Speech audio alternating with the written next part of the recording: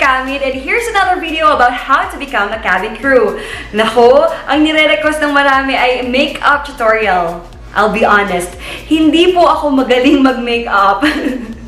I know how to apply it, but then I suck at baking, blending, contouring, at kung ano-ano pang techniques yan. But I'm learning now.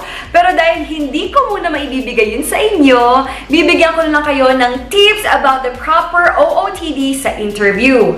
Mapa open day man yan or assessment day. So, let's get started!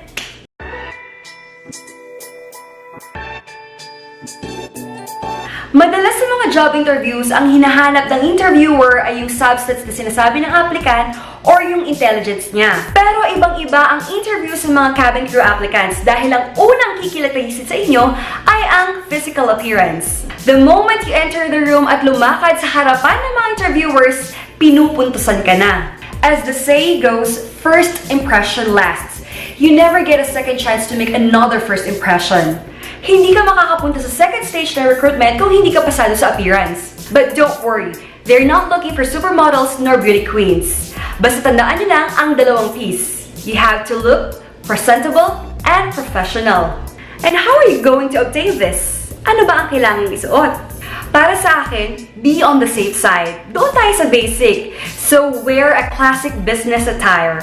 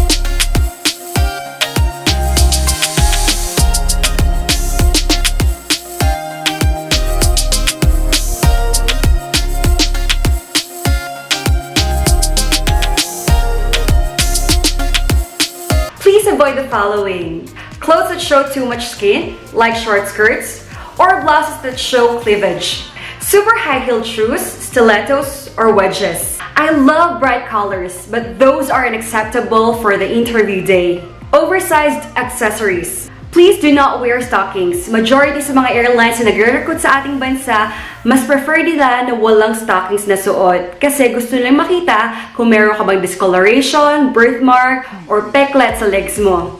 Yes, may mga strict talaga na airlines sa atin. I would go for this kind of business attire because obviously it is timeless and conservative. After all, this is what all the airlines look for.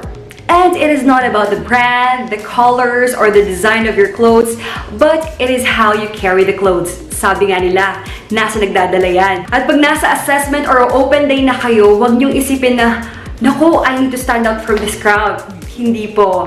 Because in this line of work, you need to blend. But if you really want to stand out from the crowd, make sure it's a conservative one. You may try this one. Preview. Come on. Preview. This maroon set of business attire consists of dress and a trench coat.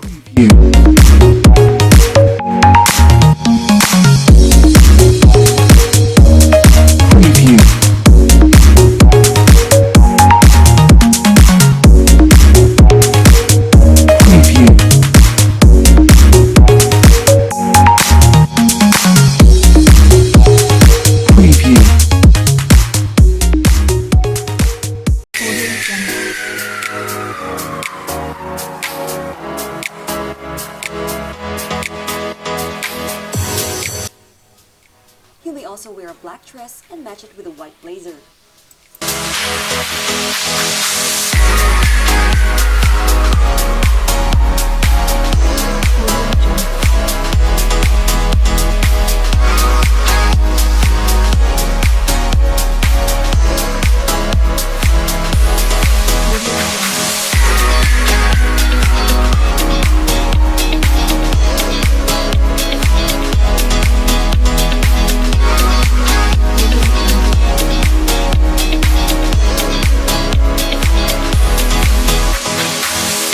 Ladies, always remember that you don't need to stand out from the crowd. All you have to do is to blend. But if you would blend, make sure that you blend with the best people. Again, this is Anisa Kamid. Don't forget to like and subscribe. I hope to see you on my next video. Thanks for watching!